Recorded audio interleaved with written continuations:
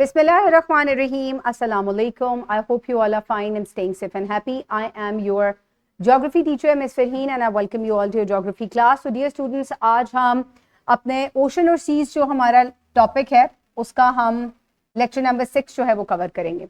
तो previous lecture में हमने Arabian Sea के बारे में पढ़ा था, इसकी location पढ़ी थी, इसका total area पढ़ा था, कौन-कौन से countries इसको border करते हैं, हमने उनके बारे में पढ़ा था. फर्दर हमने इसकी इकोनॉमिक इंपॉर्टेंस पढ़ी थी और मैंने आपको बहुत सारी इंपॉर्टेंस बताई थी, जिनमें सबसे अहम कौन सी है? सी पैक. सी पैक का क्या मतलब होता है? China Pakistan economic corridor. कोई मुझे एक बच्चा बताएगा ऑनलाइन या इधर फिजिकल स्टूडेंट में से कि क्या फायदा है इस इकोनॉमिक कॉरिडोर का, और ये इकोनॉमिक कॉरिडोर दरअसल है क्या? जी, कौन बताना चाहेगा? जी Ahmad.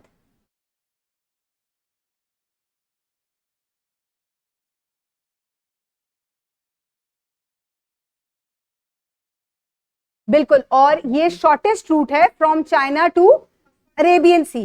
Rather than coming from all the way वहां से ओशन से घूमकर वो अगर आएंगे और फिर यहाँ ऑयल रिच कंट्रीज के पास जाएंगे ट्रेडिंग के लिए या यूरोप तक जाएंगे, तो ये बहुत लंबा जो है वो रास्ता हो जाएगा, टाइम बहुत ज्यादा लगेगा, एनर्जी ज्यादा लगेगी. तो उससे बेहतर ये है कि वो एक छोटा सा कॉरिडोर उन्होंने बनाया है जो कि पाकिस्तान से होता हुआ गवादर पोर्ट तक आता है और यहां से इनको अरेबियन सी तक कनेक्ट कर देता है और यहां से ये पर्शियन गल्फ, आगे मेडिटेरेनियन सी और यूरोप तक जो है they can easily travel, right.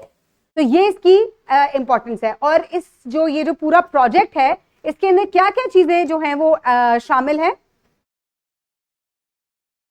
Railway lines हैं, रोड्स हैं, इसके अलावा एयरपोर्ट्स हैं, इसके अलावा बहुत सी डिफरेंट इंडस्ट्रीज जो हैं वो भी यहाँ पे बनाई जा रही हैं ताकि क्या किया जा सके, ताकि इस एरिया को डेवलप किया जा सके. जी अहमद.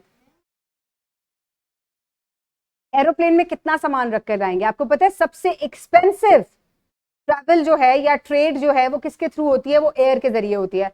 सिर्फ अगर आपने टाइम सेव करना है तो आप वहां तक लेके जा सकते हैं, लेकिन अदरवाइज कितना लोड आप जो है वो एक जहाज पे रख कर लेकर जाएंगे? बहुत ज्यादा फ्यूल लगेगा, ठीक है, एक्सपेंसिव भी बहुत ज्यादा है. कितने सारे जहाज जो है वो आप बाय करेंगे? सो सबसे चीपेस्ट वे जो है वो रेल है या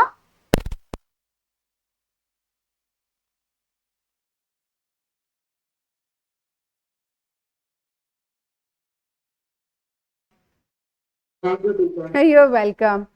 Very appropriate. Okay students, so अब अरेबियन सी हमने जो लास्ट लेक्चर था उसको हमने एक दफा रिकैप कर लिया. अब हम आज का जो स्टूडेंट लर्निंग आउटकम है, let's just quickly move towards that, right. आज आप लोग डिस्क्राइब कर सकेंगे और डिफरेंशिएट कर सकेंगे बिटवीन डिफरेंट सी फीचर्स, यानी कि समंदर में या ओशन में मौजूद जो डिफरेंट फीचर्स हैं, जैसे कि आइलैंड, पेनिनसुला, इस्थमस, गल्फ, बे, स्ट्रेट, इन तमाम को जो है आप डिफरेंशिएट भी कर सकेंगे, पहचान भी सकेंगे और दुनिया के मैप के ऊपर हम इनको लोकेट कर सकेंगे. ठीक है. अच्छा, एक चीज ये हो गई. दूसरा ये हो गया कि जब हम इनके बारे में पढ़ रहे होंगे तो मैं आपको एक वैसे एग्जांपल देती हूँ कि दुनिया में मुख्तलिफ लैंडस्केप्स होते हैं ना, जैसे कि प्लेन्स हैं, वैलीज हैं, रिवर्स हैं, है ना. तो ये क्या है? ये डिफरेंट लैंडस्केप्स हैं. इसी तरह सी और ओशन में भी मुख्तलिफ लैंडस्केप्स मौजूद हैं. जहां समंदर जमीन के साथ टच करता है वहां ये मुख्तलिफ तरह के खदोखाल जो है या शेप्स बनाता है, जिसको आप यहां बाखूबी देख सकते हैं. आपने देखा है आड़े तिरछे से हैं कॉन्टिनेंट्स. ये देखें, यहां पे ये इतना बड़ा सा है, इधर जाके ये बिल्कुल पतला हो जाता है ना. ये देखें, यहां पे एक जगह बाहर निकली हुई है, इधर भी निकली हुई है. तो ये कुछ स्पेशल जो है, ये क्या है? ये सी फीचर्स हैं. इसी तरह आप यहां पे देखें तो ये एक जगह बन रही है समंदर में जो कि 3 जगह से लैंड से घिरी हुई है. कहीं पे ये जगह बहुत ही ज्यादा तंग हो जाती है. तो ये तमाम क्या है? ये तमाम सी फीचर्स हैं और आज हम इनको डिस्कस करेंगे और हम इनकी एग्जांपल्स भी पढ़ेंगे कि ये दुनिया में किधर किधर मौजूद हैं. सो मूविंग ऑन स्टूडेंट्स, हम जब सबसे पहले आप अपने आप को तसव्वुर करें कि आप इस सी शोर पे खड़े हैं. सी शोर क्या जगह होती है? जहां लैंड वाटर के साथ या ओशन के साथ टच करता है, सी के साथ टच करता है, उसको हम सी शोर कहते हैं. अब कोस्ट में और सी शोर में क्या फर्क होता है? ये मैं वैसे ही पूछ रही हूँ जनरल नॉलेज के तौर पे. कोई फर्क होता है या एक ही होते हैं? अच्छा, शोर जो है ये एक छोटा सा इलाका होता है, कोस्ट लाइन होती है एक बड़ा इलाका जहां के एक पूरा समंदर जो है एक बड़े लैंड को टच कर रहा है। जैसे मैंने आपको पाकिस्तान का मैप दिखाया, ये देखें, तो ये पाकिस्तान की कोस्ट लाइन है, यहां से लेके बलूचिस्तान से लेके सिंध के इस इलाके तक, जहां तक इंडिया शुरू नहीं हो जाता, ये पाकिस्तान की कोस्ट लाइन है, जिसकी कितनी मेजरमेंट है, कितने किलोमीटर है ये, 1046 किलोमीटर लॉन्ग है पाकिस्तान की कोस्ट लाइन। और दो सूबे जो हैं ये पाकिस्तान की कोस्ट लाइन में शामिल होते हैं, बलूचिस्तान एंड सिंध, दोनों में ये कोस्टल एरिया जो है वो शामिल है। सी शोर इन पूरी जगहों पे कहीं पे भी जहां पे लैंड सी को टच करे उसको आप सी शोर कह सकते हैं, ठीक है। तो ये फर्क है सी शोर छोटा सा इलाका होता है, कोस्ट लाइन बड़ा इलाका होता है जो कि एक बड़ा इलाका समंदर को टच कर रहा होता है, राइट। एक तो चीज ये हो गई। अब ये आपकी किताब में भी अगर आप लोग बुक परचेज कर चुके हैं, अर्शिया समाना ने की हुई है, वेरी गुड। बाकी तमाम बच्चे भी अपनी बुक्स एक दफा निकाल लें। मैं आपको बुक्स निकालने के लिए इसलिए कह रही हूं क्योंकि ये वर्ल्ड मैप वहां मौजूद है और आप इसको रिलेट कर सकेंगे। अब अगर इसमें आप ये देखें तो लाइंस ड्रॉ हुई हुई हैं और लाइंस ड्रॉ करके मुख्तलिफ जो सी फीचर्स हैं उनको हाईलाइट किया गया है। सबसे पहले हम जो फीचर पढ़ेंगे वो है ये वाला, हुडसन बे।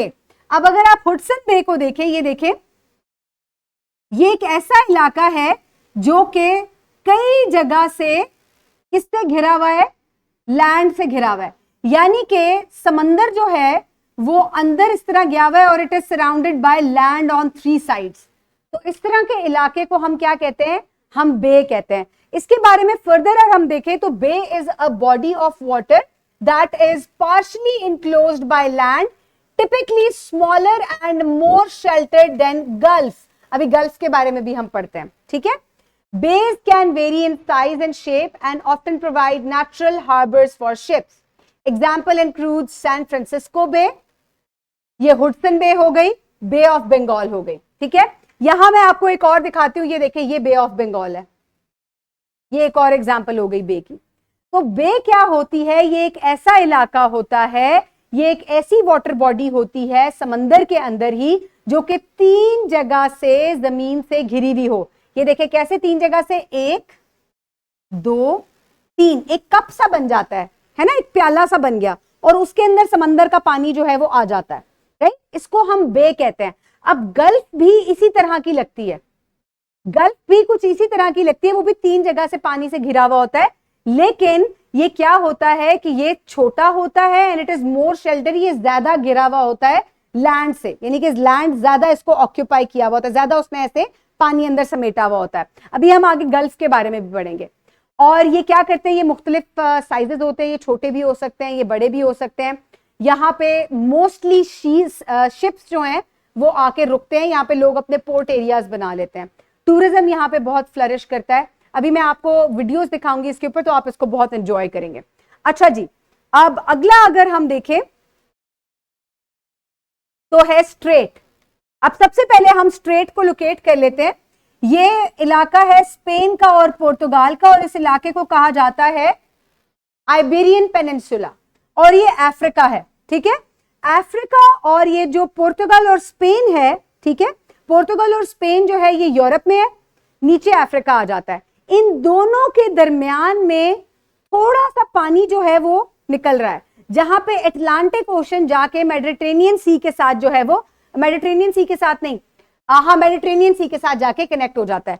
यहां मैं अब आपको ये बिग करके दिखाती हूँ। ये इधर तो आपको ये बहुत छोटा सा नजर आ रहा है ना, यहां आप देखें, ये हो गया आइबेरियन पेनिनसुला, ये पुर्तगाल है, ये स्पेन है, और ये वो पानी का रास्ता है जो कि अटलांटिक ओशन और मेडिटेरेनियन सी को कनेक्ट कर रहा है, ठीक है, दोनों लैंड्स के दरमियान में। तो जो जगह ऐसी हो जहां पे जमीन के 2 टुकड़ों के दरमियान में से पानी गुजर रहा हो, उसको हम स्ट्रेट कहते हैं, राइट। अब यहां पे 2 बड़ी वाटर बॉडीज जो हैं वो कनेक्ट हो रही हैं इस छोटे से पानी के टुकड़े के वजह से, तो इसको हम क्या कहते हैं, स्ट्रेट ऑफ जिब्राल्टर है इसका नाम। दुनिया में बहुत सारी स्ट्रेट्स हैं, ये स्ट्रेट ऑफ जिब्राल्टर है, ये स्ट्रेट ऑफ मलाका है, ठीक है। इसके अलावा और बहुत सी स्ट्रेट्स हैं, ठीक है। अभी हमने स्ट्रेट ऑफ जिब्राल्टर पढ़ी है। So a strait is a narrow naturally occurring waterway that connects 2 larger bodies of water such as seas और ओशन। यहाँ पे ये एक ओशन को एक सी के साथ कनेक्ट कर रहा है, ये एक सी है और ये अटलांटिक ओशन है, राइट जी।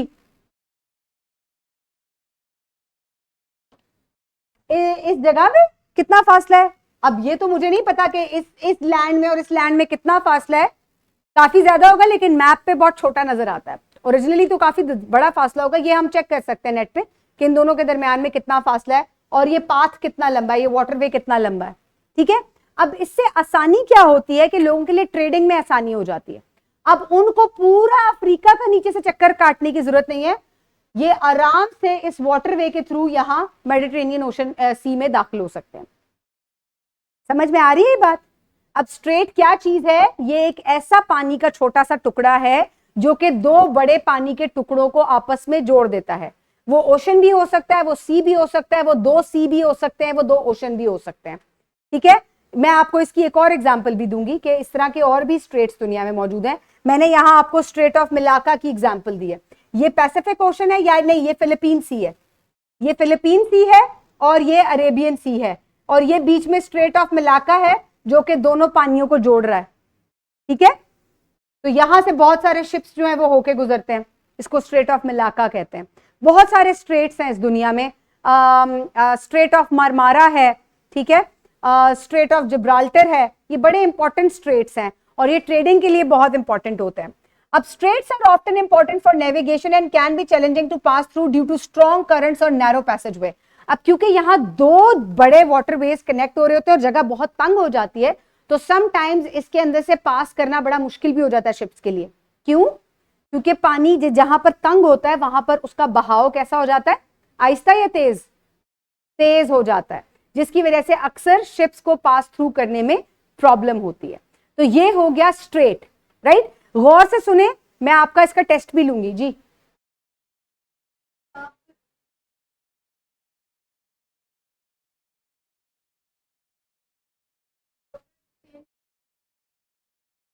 जी जी ओके, अगला हम अब देखते हैं कि हमारा सी फीचर कौन सा है।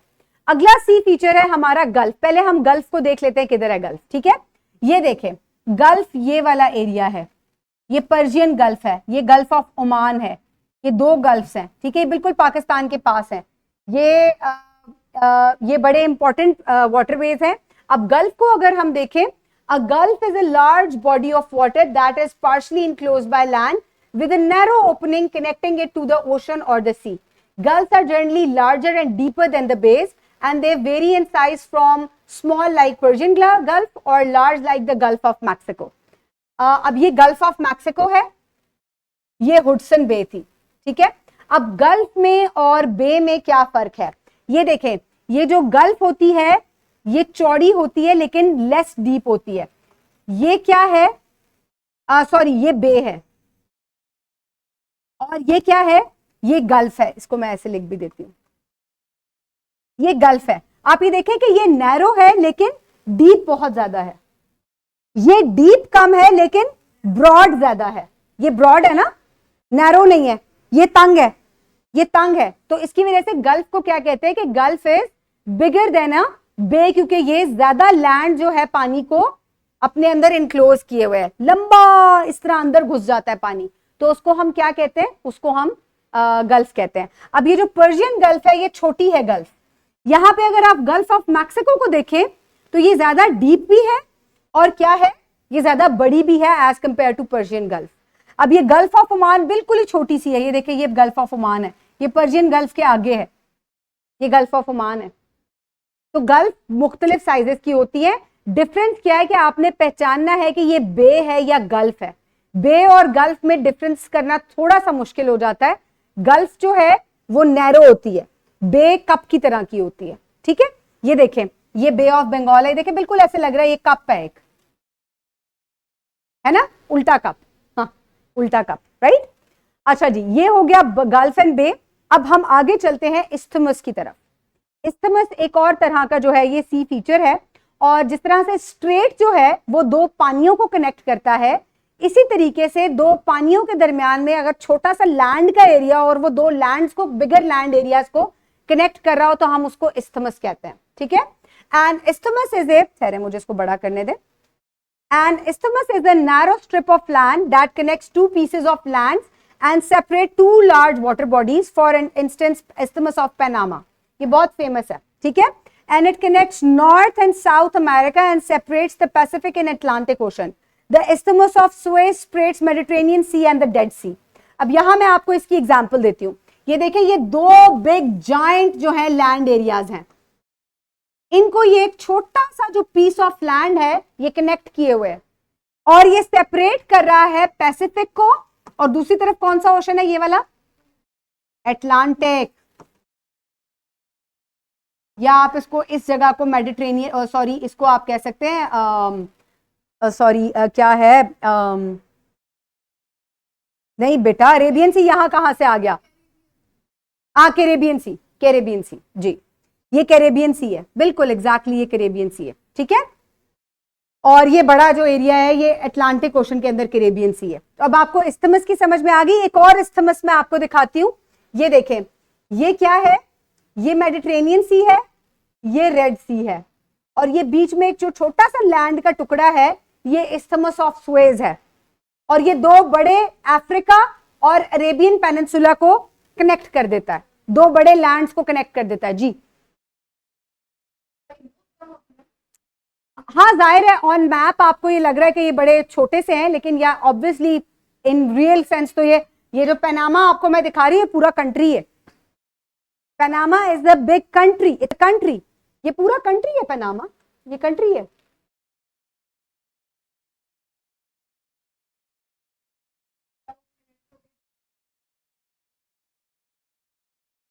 स्ट्रेट बन जाएगा, लेकिन स्ट्रेट मैंने आपको बताया नेचुरल होता है, it has to be natural. इनके दरमियान में एक कैनाल मौजूद है जिसको कि पनामा कैनाल कहा जाता है. इसके दरमियान में सुएज कैनाल मौजूद है, लेकिन आप उसको कभी भी स्ट्रेट नहीं कहेंगे. क्यों? क्योंकि वो मैन मेड है. आपके स्ट्रेट को हमेशा क्या होना चाहिए? नेचुरली अकरिंग होना चाहिए. ये आर्टिफिशियली खोद के बनाए गए हैं. यहां पर है, यहां पर एक पानी की वो है जो कि पैसिफिक को अटलांटिक से कनेक्ट करती है, कैरेबियन सी से कनेक्ट करती है.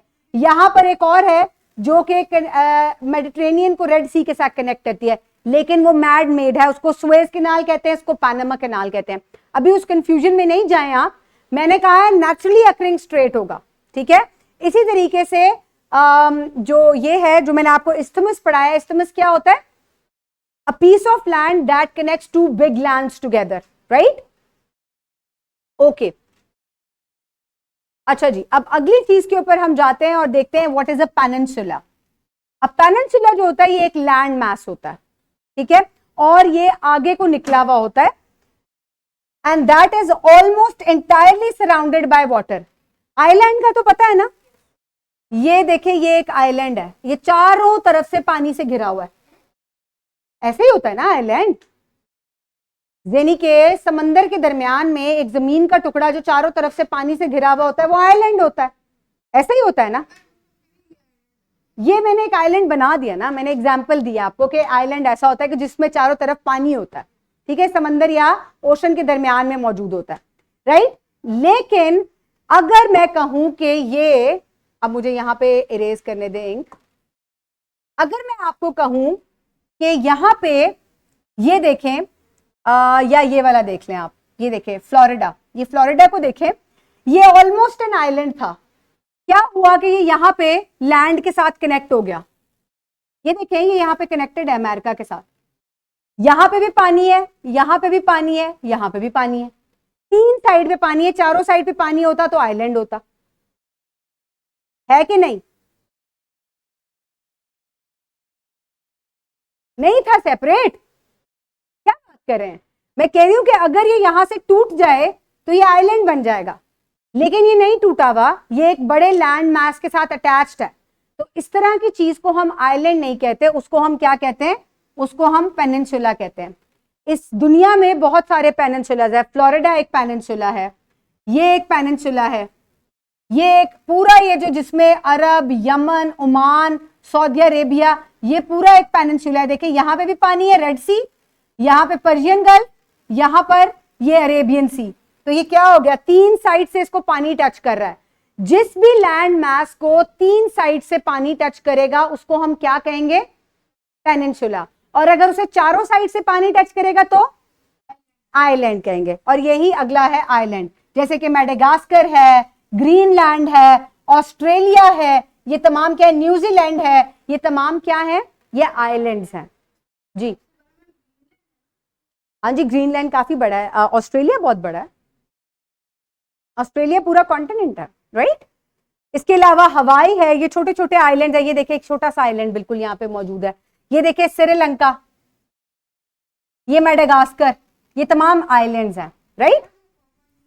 पापा न्यू गिनी, ये बहुत, ये तमाम आइलैंड्स हैं, ये देखें ये तमाम आइलैंड्स हैं, पापा न्यू गिनी है, फिर ये मुख्तलिफ जापान के आइलैंड्स हैं छोटे छोटे, ठीक है। अब एक और इंटरेस्टिंग फैक्ट सुने, वो इंटरेस्टिंग फैक्ट ये है कि अगर आपके पास छोटे छोटे आइलैंड्स ग्रुप टुगेदर हुए हुए हों तो उनको हम आर्कपेलिग्यू कहते हैं, उनको हम क्या कहते हैं, आर्कपेलिग्यू कहते हैं। ये एक इंटरेस्टिंग फैक्ट है, जापान जो है इट इज एन आर्कपेलिग्यू, छोटे छोटे आइलैंड्स जो हैं वो कंबाइन होकर पूरा जापान बना देते हैं। इसी तरीके से फिलीपींस के अंदर छोटे छोटे छोटे छोटे आइलैंड्स कनेक्ट होकर वो पूरा फिलीपीन बना देते हैं। हवाई जो है एक जगह है, एक कंट्री है जिसमें छोटे छोटे आइलैंड्स जो हैं वो कनेक्ट होकर उसको बना देते हैं। तो इस तरह के जो archipelago is a geographical term and it refers to a group or chain of islands that are closely clustered। अब ये closely clustered होने चाहिए, जैसे कि ये हैं, ये देखें ये closely clustered है। तो इस तरह के आइलैंड्स को हम क्या कहते हैं, ये इंडिविजुअल आइलैंड है लेकिन group of them together they are called archipelago. ये वैसे ही याद रखिएगा सिर्फ, ठीक है। ओके, समझ में आ गई सबको। कितना टाइम है हमारे पास, छुट्टी कितने बजे होती है, 45 पे, 45 पे। अच्छा, एक छोटी सी वीडियो देखें इसके ऊपर, बहुत मजे की लगेगी। आप लोगों का होमवर्क ये है कि आप लोगों ने अरेबियन सी से रिलेटेड अभी तक कोई क्वेश्चन नहीं किया था। आपने अरेबियन सी की लोकेशन बतानी है, जो कंट्रीज इसको बॉर्डर करते हैं उनके नेम्स लिखने हैं, और आपने बस यही काम करना है आपने।